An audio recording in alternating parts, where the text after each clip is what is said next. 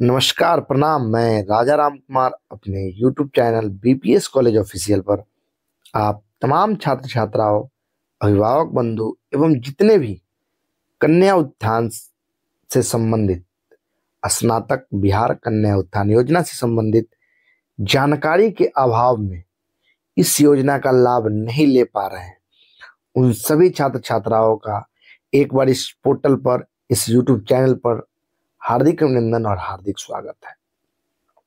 जैसे अब मैं बता दूं कि बहुत सारे छात्राओं का सवाल लगातार मेरे पास मेरे मोबाइल के माध्यम से आ रहा था कि सर मेरे द्वारा यह फॉर्म भरा गया है लेकिन इससे मैं लाभान्वित नहीं हो पाया हूं, मुझे पैसा नहीं मिला है। इस तरीका के बहुत सारा सवाल है, तो मैं इन सभी सवालों पर चर्चा करूंगा। उससे पूर्व मैं एक बार आपसे आग्रह करता हूं कि अगर आप मेरे चैनल पर नए हैं या मेरे चैनल पर हैं लेकिन अभी तक सब्सक्राइब नहीं किए हैं, तो कृपया इस चैनल को सब्सक्राइब करें और इस वीडियो को लाइक करें। ज़्यादा से ज़्यादा इस वीडियो को शेयर करें। एक और आग्रह कि वीडियो के आप अंत तक बने रहेंगे क्योंकि वीडियो आज थोड़ा लंबा होगा और मैं सारी जानकारी, एक एक जानकारी इस वीडियो में दे रहा हूँ। हमें नहीं लगता है कि इस वीडियो को देखने के बाद आपके अंदर कोई भी सवाल बचेगा। तो आप देख सकते हैं यह मेधा सॉफ्ट साइट है जहां से इस योजना के लाभान्वित जो छात्राओं होते हैं वे ऑनलाइन करते हैं। उससे पूर्व मैं एक सवाल पहले बताता हूं और एक एक बिंदु पर आज चर्चाएं करेंगे। पहला सवाल यह है कि कन्या उत्थान योजना क्या है? इस योजना में छात्र लड़का भी फॉर्म भर सकते हैं क्या? तो मैं बता दूं कि बिहार सरकार स्नातक कन्या उत्थान योजना बिहार सरकार की लड़कियों को उच्च शिक्षा के लिए प्रोत्साहित करने के लिए शुरू की गई। इस योजना के लिए स्नातक की डिग्री पूरी करने पर लड़कियों को एक मुश्त 50,000 रुपया की राशि दी जाती है। इस योजना का लाभ लड़का को नहीं मिलता। तो मैं बताया कि केवल लड़की को मिलता है। स्नातक उत्तीर्ण करने पर, उत्तीर्ण कहने का मतलब है कि या फर्स्ट डिवीजन करे या सेकेंड डिवीजन, थर्ड डिवीजन होता ही नहीं है। स्नातक या उच्च शिक्षा में थर्ड डिवीजन नहीं होता है। तो अगर कोई भी लड़कियां जो स्नातक पास करती है उन्हें एक मुश्त 50,000 रुपया की राशि प्रोत्साहन के रूप में दिया जाता है।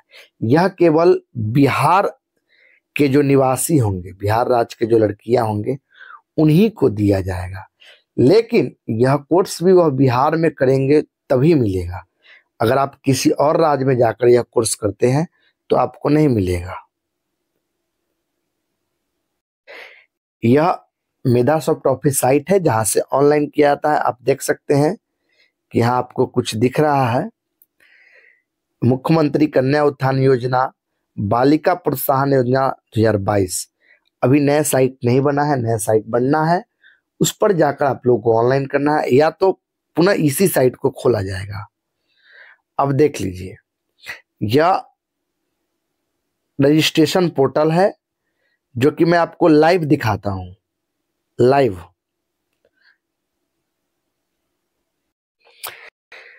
जिस साइट का मैं बात कर रहा था आप देख सकते हैं कि ये वही साइट है और मैं यहां जब क्लिक करूंगा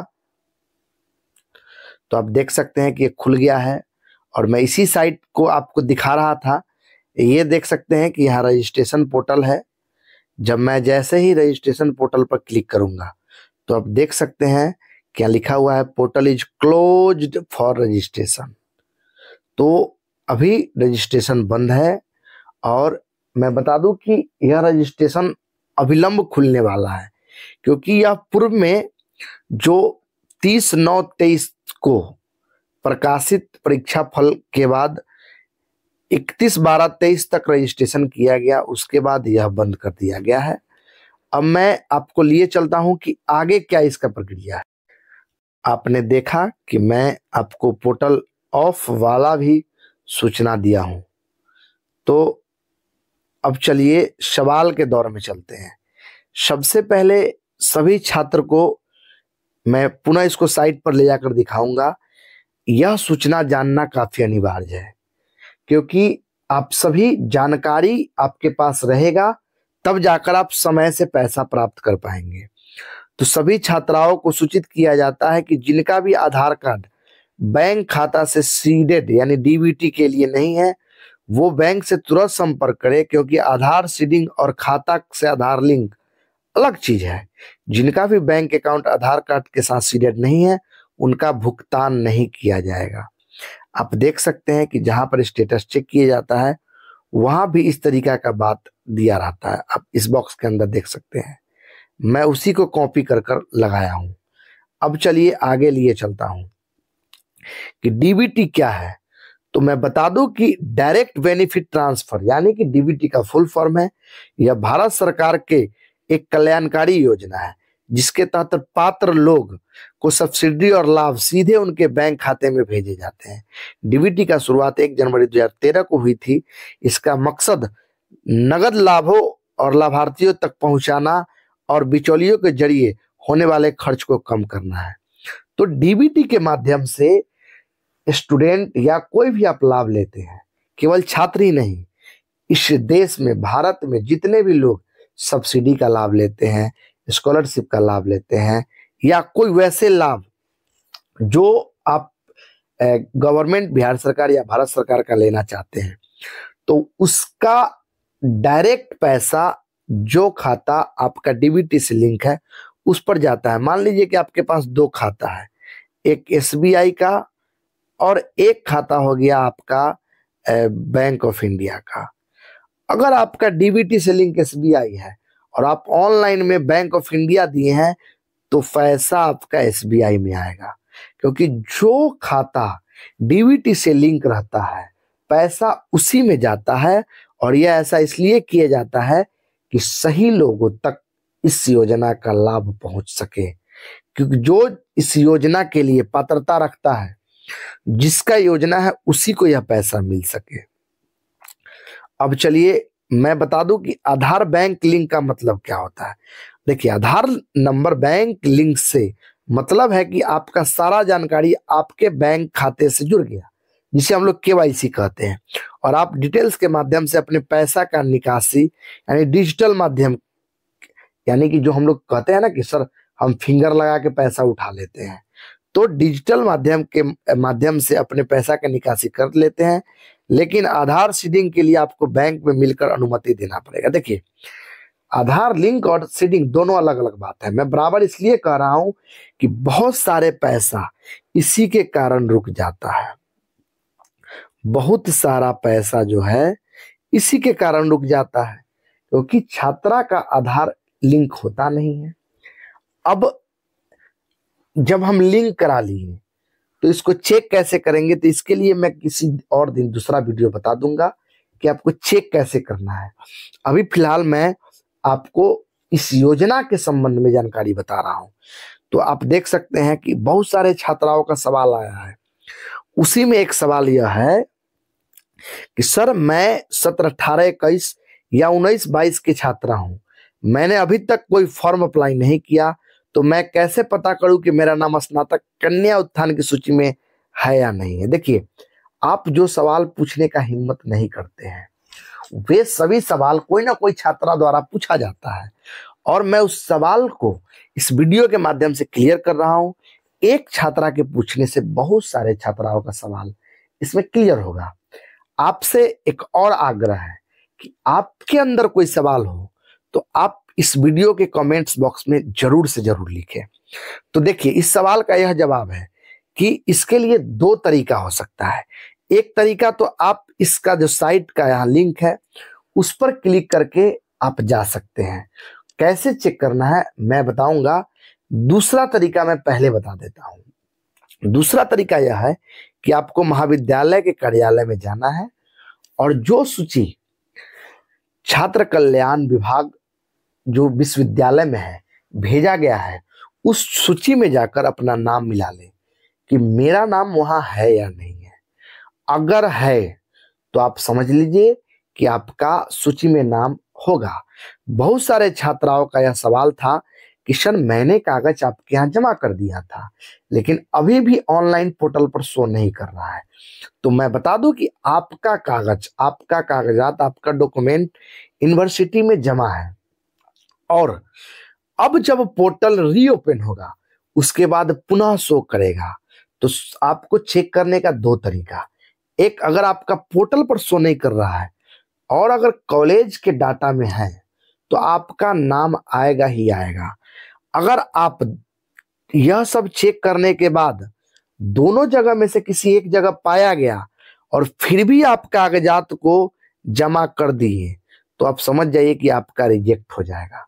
अब चलिए लिए चलता हूं साइट पर कि कैसे पता करें कि मुझे मेरा सूची में नाम है या नहीं है। देखिए, यह कन्या उत्थान योजना का ऑफिशियल साइट है। तो मैं आपको एक एक करके इसमें से डिटेल्स बताता हूँ। सबसे पहले यहाँ स्टूडेंट लॉगिन है, जहाँ से हम लोग स्टूडेंट रजिस्ट्रेशन करते हैं, छात्र लॉगिन करते हैं, रजिस्ट्रेशन फॉर्म डाउनलोड करते हैं, यहाँ से रजिस्ट्रेशन चेक करते हैं कि मेरा रजिस्ट्रेशन का क्या स्थिति है। और यहाँ से जब अगर आप आईडी पासवर्ड नहीं प्राप्त कर पाते हैं तो यहाँ से आपको आईडी पासवर्ड प्राप्त होता है। अब आइए यूनिवर्सिटी में, आप देख सकते हैं कि यहाँ से जो यूनिवर्सिटी है उसको लॉगिन करना है, लिस्ट ऑफ कॉलेज है, लिस्ट ऑफ कोर्स है। आप अपने कॉलेज का भी नाम देख सकते हैं। जैसे मान लीजिए कि मैं भीमराव अंबेडकर यूनिवर्सिटी का कॉलेज का नाम देखता हूँ, तो एफिलिएटेड कॉलेज का मैं नाम देखूंगा, जिसमें आप देख सकते हैं कि बहुत सारे कॉलेज का यहाँ नाम दिख रहा है। जिस जिस कॉलेज का नाम है उसी कॉलेज के छात्रा को यह लाभ मिल पाता है, जिनका नाम नहीं है उनका नहीं मिल पाता है। तो आप देख सकते हैं कि कुल एफिलिएटेड कॉलेज में लगभग 29 कॉलेज है जिसको मिलना है। इसमें एसएनएस भी है। आप देख सकते हैं कि बहुत सारे छात्र कॉलेज हैं। तो अक्षयवट कॉलेज है, बिरचंद्र पटेल स्मारक महाविद्यालय, तो बहुत सारे कॉलेज है।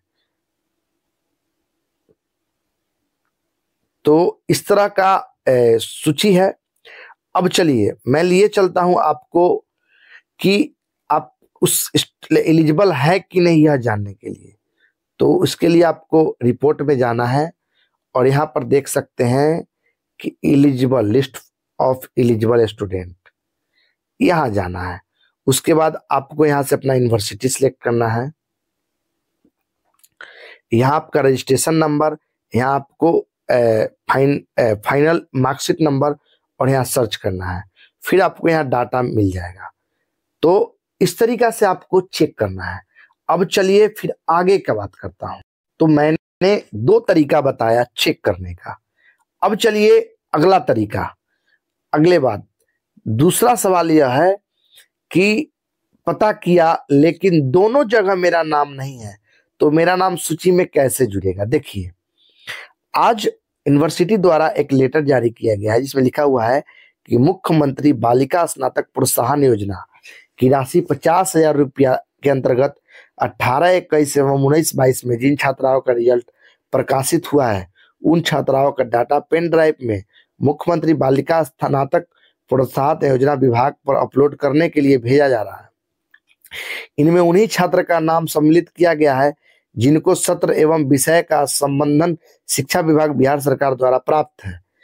सूची में कोई त्रुटि नहीं है तथा इस महाविद्यालय संस्थान के अभिलेख से मिलान कर लिया गया है।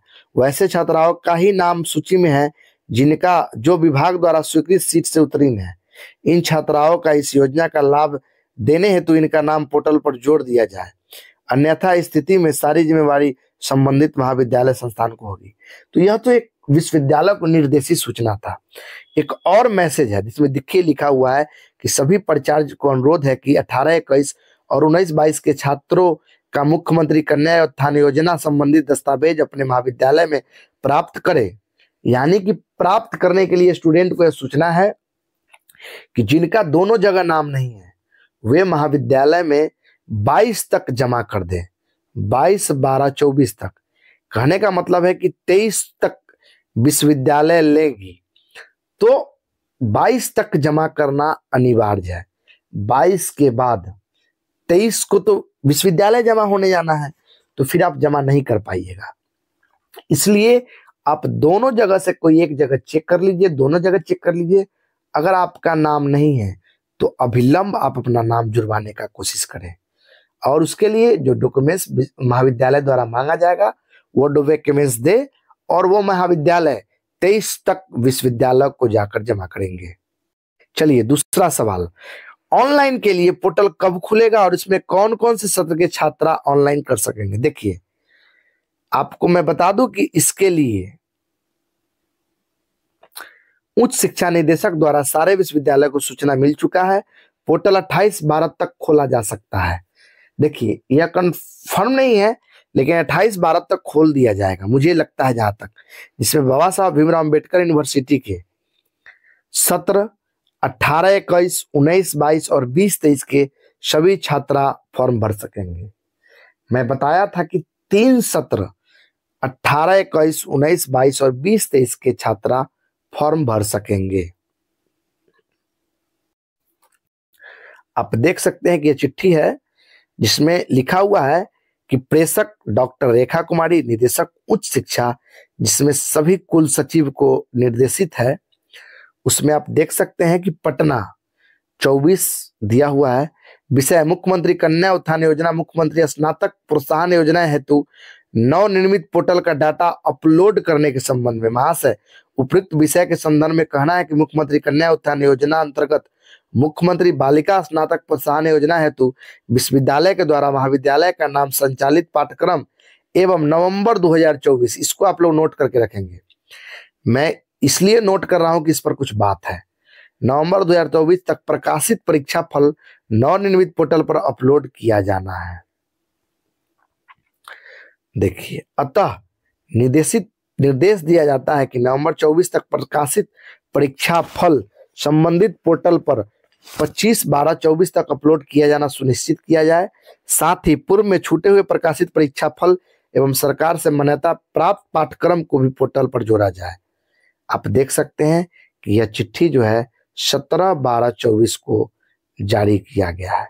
17/12/24 यानी कि 25 तक विश्वविद्यालय जो है उससे डाटा मांगा गया है, तो 26, 27, 28 तक खोल दिया जाएगा। लेटेस्ट 30 तक खोलने की संभावना है, लेकिन मुझे लगता है कि 28 तक खोला जाएगा।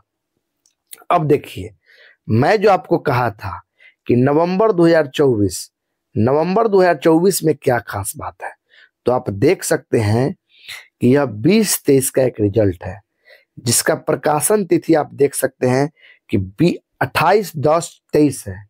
इससे स्पष्ट यह पता चलता है कि नवंबर 2024 से पहले आपका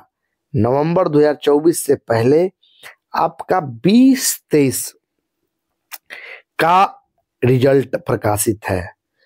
देख सकते हैं 28/10/23 में। यह एक मेरे महाविद्यालय के स्टूडेंट का मार्कशीट है। अब चलिए अब हम बात करते हैं 21-24 के संबंध में। तो आप देख सकते हैं कि 21-24 का जो रिजल्ट है वो 17/12/24 को अपलोड हुआ है। तो यहाँ तो 20/11/24 तक मांगा गया था, यह 17/12/24 है। इससे स्पष्ट है कि अभी 21-24 का डाटा पर नाम नहीं ऐड होगा, लेकिन मैं इस पर भी चर्चा अंतिम में करूंगा। आप सभी बने रहेंगे। अब एक और अहम सवाल, यहाँ सत्र गलत टाइप हो गया है। यहाँ सत्र होगा 2023 तो यह सवाल 20-23 के छात्रा ने किया है कि सर आपने कहा कि 20-23 के छात्रा भी फॉर्म भर सकती है, लेकिन मैंने अभी तक महाविद्यालय में कोई कागजात जमा नहीं किया है, जबकि 18, 21, 19, 22 के छात्रा द्वारा कागजात जमा लिया गया था। देखिए इसका जवाब क्या है। इसमें देखिए इसमें बात स्पष्ट है कि जिस 2 सत्र का आप बात किए हैं वह दोनों सत्र का नामांकन ऑफलाइन लिया गया था, जिसका डाटा विश्वविद्यालय के पास नहीं था, था भी तो अधूरा था, जिसके लिए उन्हें महाविद्यालय के सहयोग से छात्रा का डाटा मंगवाना पड़ा। बात आपके सत्र 18-21 का यानी 20-23 का, जो 28-21 लिखा गया वो गलती हो गया, वहां 20-23 होना चाहिए था। तो आपके सत्र 20-23 का, तो इस संबंध में मैं छात्र कल्याण कार्यालय में पता किया हूं, तो पता चला कि 20-23 के डाटा मेरे पास है, और अब जो पोर्टल खुलेगा उसमें 20-23 का भी फॉर्म भरा जाएगा। तो यहाँ 20-23 होगा, यहाँ भी 20-23 होगा। आपको मैं बता दूं कि यह सवाल 20-23 के छात्रा द्वारा किया गया था। तो मैं बताया भी कि 20-23 का आपका जो प्रकाशन तिथि है 28/10/23 है, और जो पटना से चिट्ठी आया है उसमें प्रकाशन तिथि जो है नवंबर 24 है। अब चलिए, अब सवाल कि फॉर्म ऑनलाइन में क्या क्या कागजात जरूरी है। देखिए, सबसे पहले मार्कशीट पार्ट 3 का, आधार कार्ड, बैंक पासबुक, आधार कार्ड से डीबीटी होना चाहिए। उसके बाद आपका निवास प्रमाण पत्र यानी आवासीय, मोबाइल नंबर और ईमेल आईडी। मोबाइल नंबर किसी का चलेगा, ईमेल आईडी और मोबाइल नंबर होना अनिवार्य है। अब तो जनरल सबके पास मोबाइल नंबर ईमेल आईडी होता है। अगला सवाल, क्या इस योजना के लाभ के लिए अविवाहित होना अनिवार्य है, और नहीं तो निवास प्रमाण पत्र कहाँ का लगेगा, ससुराल का या मायके का। देखिए, बहुत सारे छात्राओं द्वारा सवाल आया और उस सारे सवाल का जवाब मैं आपको दे रहा हूं। तो मैं आपको बता दूं कि इस कन्या उत्थान के लिए केवल इंटर तक, केवल 10+2 तक अविवाहित होता है। स्नातक में कोई अविवाहित नहीं जरूरी है।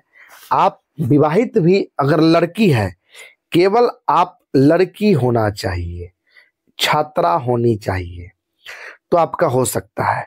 और आपका आधार में आवासीय, जहां आधार में जो एड्रेस है आप वहां का आवासीय दीजिए, लेकिन केवल बिहार का होना चाहिए।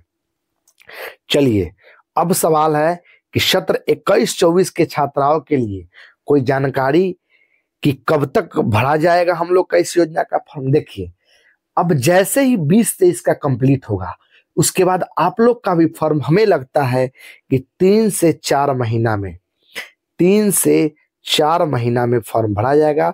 उससे पहले आप इतना डॉक्यूमेंट्स को तैयार रखें। अब बाकी जानकारी, वीडियो काफी लंबा हो गया है, बाकी जानकारी के लिए आप मुझे कमेंट्स करें, मैं पुनः एक वीडियो उस पर बनाऊंगा। तो यह एक जो मूलभूत जानकारी था तो बता दिया हूं। एक बार पुनः मैं बताना चाहूंगा कि इसे आप लोग 20-23 समझेंगे और 20-23 समझकर जो सवाल है उसको पढ़ लेंगे। ज्यादातर सवाल आप वीडियो रोक कर भी पढ़ सकते हैं और समझ सकते हैं। तो वीडियो के अंत तक बने रहें।